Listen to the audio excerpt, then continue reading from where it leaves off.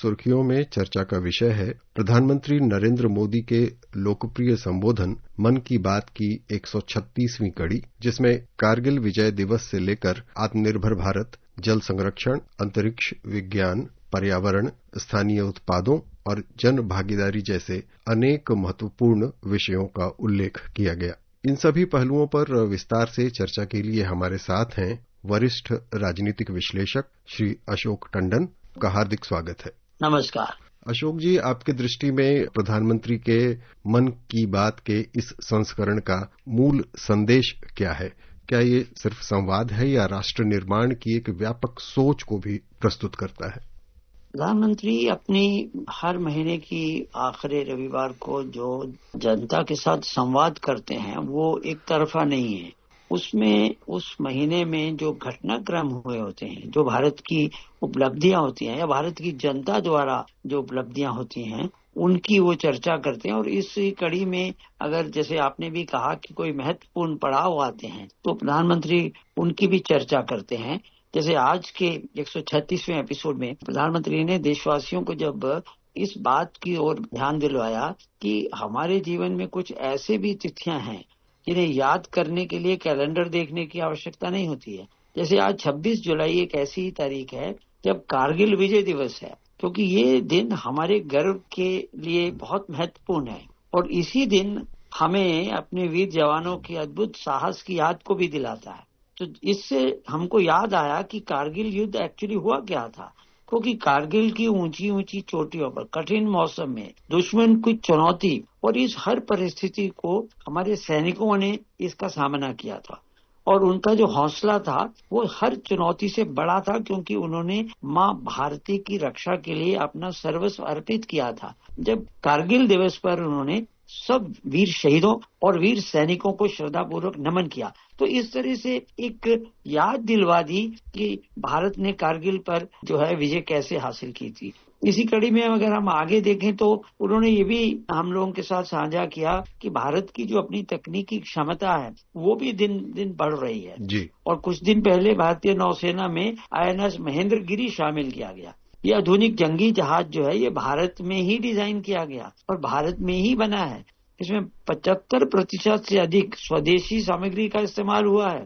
तो ये भारत की आत्मनिर्भरता और उससे बढ़ती हुई शक्ति का प्रतीक है। और इसी महीने DRDO ने जो Pinnacle long range guided rocket का भी सफल परीक्षण किया और इस परीक्षण के पीछे हमारे वैज्ञानिकों और इंजीनियरों का जो सामूहिक परिश्रम है।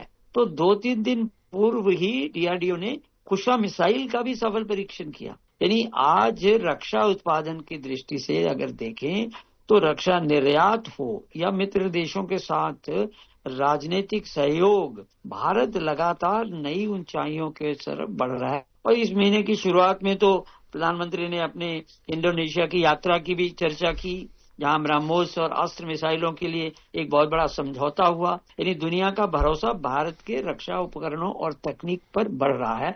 अशोक जी, आपने कारगिल विजय दिवस का उल्लेख किया अभी। आइए सुनते हैं कि प्रधानमंत्री ने शौर्य दिवस के बारे में क्या कहा है।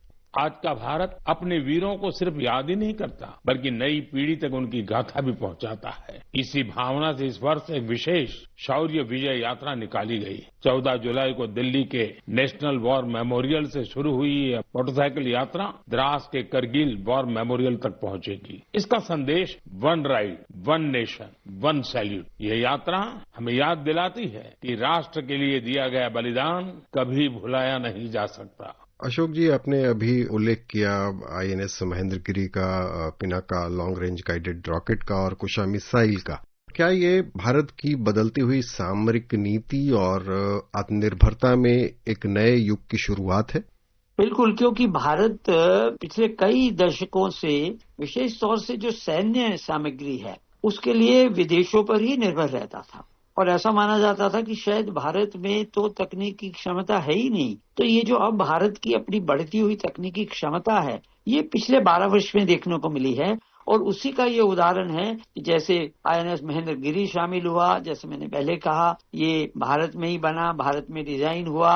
2047 तक एक विकसित आत्मनिर्भर भारत बनना है, तो उसमें रक्षा और सुरक्षा की दृष्टि से भी अगर हम आत्मनिर्भर नहीं होंगे तो वो पूरी तरह से आत्मनिर्भरता नहीं है। और जैसा प्रधानमंत्री जी ने भी कहा कि अब तो हम अपने मित्र देशों के साथ एक सामरिक महत्व के जितने भी उपकरण हैं वो हम उनके साथ साझा कर रहे हैं। जैसे मैंने कहा कि ब्रह्मोस और अस्त्र जैसे मिसाइलों का बड़ा भारी एक समझौता इंडोनेशिया से प्रधानमंत्री करके आए हैं। तो इसलिए अब दुनिया का भरोसा भी विशेष तौर से जो विकासशील देश हैं उनका भरोसा भारत के रक्षा उपकरणों और तकनीक पर बड़ी तेजी से बढ़ रहा है। इसलिए भारत को बहुत ऑर्डर भी मिल रहे हैं हमारे रक्षा उपकरणों के। प्रधानमंत्री ने निजी क्षेत्र के पहले भारतीय रॉकेट विक्रम 1 और विज्ञान ओलंपियाड में भारतीय छात्रों की उपलब्धियों का भी जिक्र किया है। प्रधानमंत्री ने खास तौर पर इसका उल्लेख किया। विक्रम 1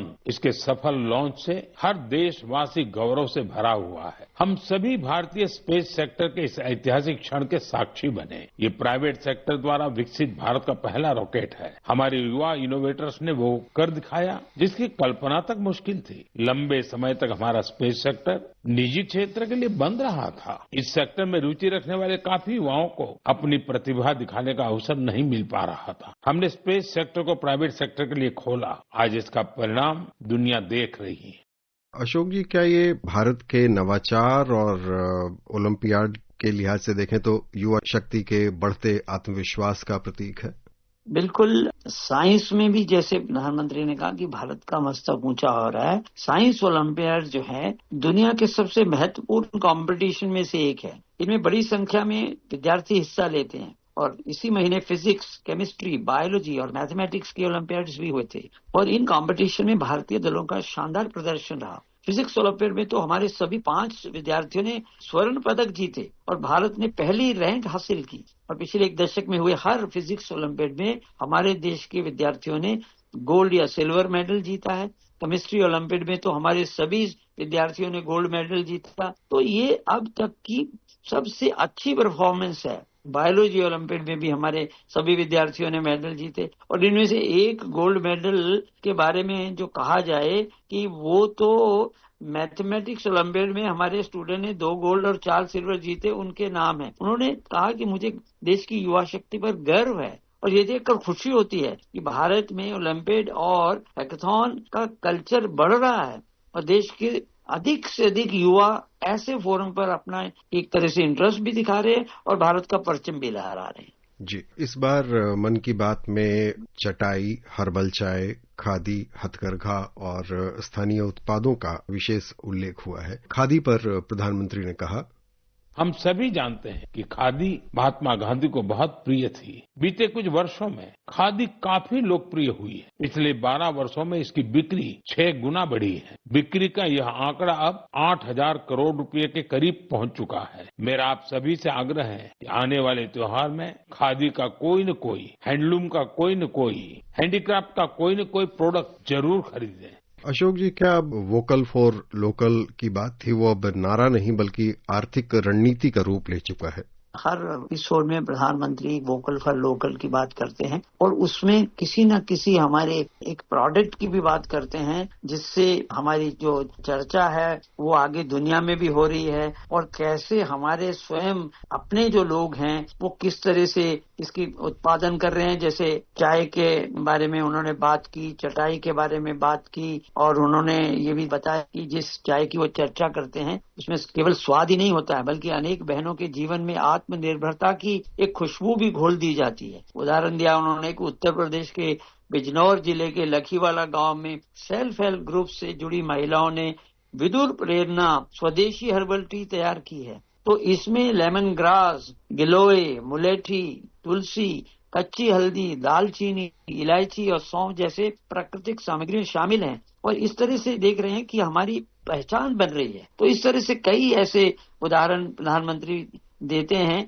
कि जिससे हम अपना आत्मनिर्भरता की तो बढ़ते ही हैं लेकिन वोकल फॉर लोकल का जो नारा है कि हमारा जो लोकल उत्पाद है उसको भी हम प्रेरणा दें, उसका इस्तेमाल करें और दुनिया में भी उसकी मांग बढ़ रही है। प्रधानमंत्री ने हर घर तिरंगा, गुरु पूर्णिमा, राष्ट्रीय हथकरघा दिवस और स्वतंत्रता दिवस की तैयारियों का उल्लेख भी किया है। आइए सुनते हैं प्रधानमंत्री ने तिरंगा के बारे में क्या कहा। 15 अगस्त हर भारतीय के लिए गर्व का दिन है। ये उन असंख्य वीरों को याद करने का दिन है जिन्होंने भारत माता की स्वतंत्रता के लिए अपना सब कुछ समर्पित कर दिया। उनके त्याग और तपस्या की वजह से आज हमारे हाथ में तिरंगा है। इस तिरंगे में हमारे संविधान के आदर्श हैं। साथियों, पिछले कुछ वर्षों में हर घर तिरंगा अभियान ने पूरे देश को एक अद्भुत भावना से जोड़ा है।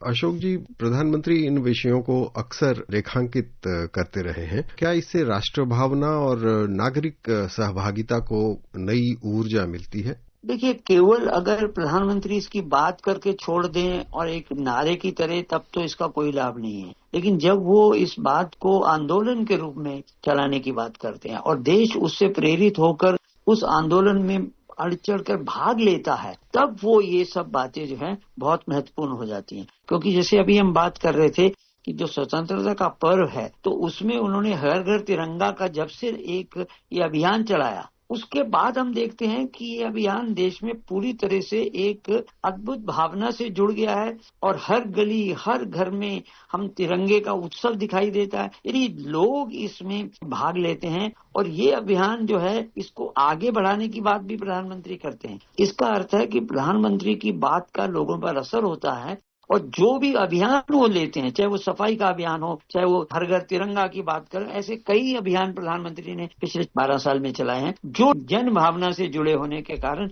लोक अभियान में भी बदले हैं, जिसके कारण ये सब चीजों में भारत आगे बढ़ रहा है। और प्रधानमंत्री ने कैच द रेन अभियान और जल संरक्षण को जन आंदोलन बनाने की अपील दोहराई है। क्या आपको लगता है कि ऐसे अभियानों से जन भागीदारी अब सरकारी योजनाओं की सबसे बड़ी ताकत बन रही है? आपने बिल्कुल ठीक कहा, क्योंकि ये भी एक ऐसा विषय है जल संरक्षण का जिसमें प्रधानमंत्री लगभग हर मन की बात में इसके बारे में बात करते हैं और उसके चलते ये जो जल अभियान है, यानी जो इसको संरक्षण करना है, ये भी हर बार रहती है। और जैसा प्रधानमंत्री ने पिछले एपिसोड में कहा था, कैच द रेन, तो इस अभियान की चर्चा की थी और उन्होंने ये भी आग्रह किया था कि बारिश की हर बूंद को सहेजने के इस अभियान को जन आंदोलन बनाएं और अब वो जन आंदोलन का रूप ले चुका है। तो ये जो संदेश सीधा जहां बारिश गिरे पानी को वहीं सहेजिए, इसलिए 4 जुलाई से देश भर में एक विशेष अभियान भी चलाया जा रहा है।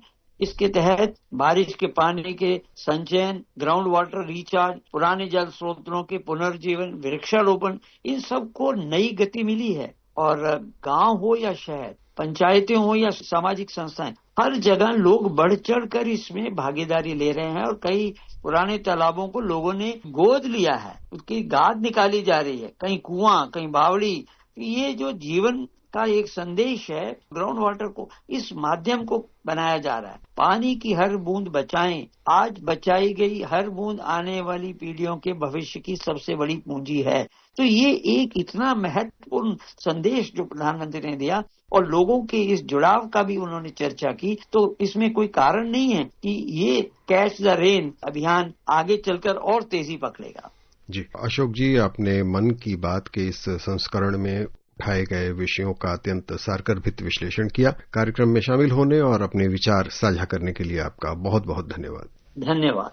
अभी आप सुन रहे थे मन की बात कार्यक्रम के 136वें संस्करण पर चर्चा। इसमें भाग ले रहे थे राजनीतिक विश्लेषक अशोक टंडन। कार्यक्रम का संचालन कर रहे थे सुबोध मिश्र। ये कार्यक्रम आकाशवाणी के समाचार सेवा प्रभाग द्वारा प्रस्तुत किया गया। इसे आप हमारे mobile app news on AIR और YouTube channel news on AIR official पर भी सुन सकते हैं। इस कार्यक्रम के संबंध में अपनी प्रतिक्रिया आप हमें ईमेल या व्हाट्सएप के माध्यम से भेज सकते हैं। ईमेल का पता है airnsdtalks@gmail.com और व्हाट्सएप नंबर है 9289094044।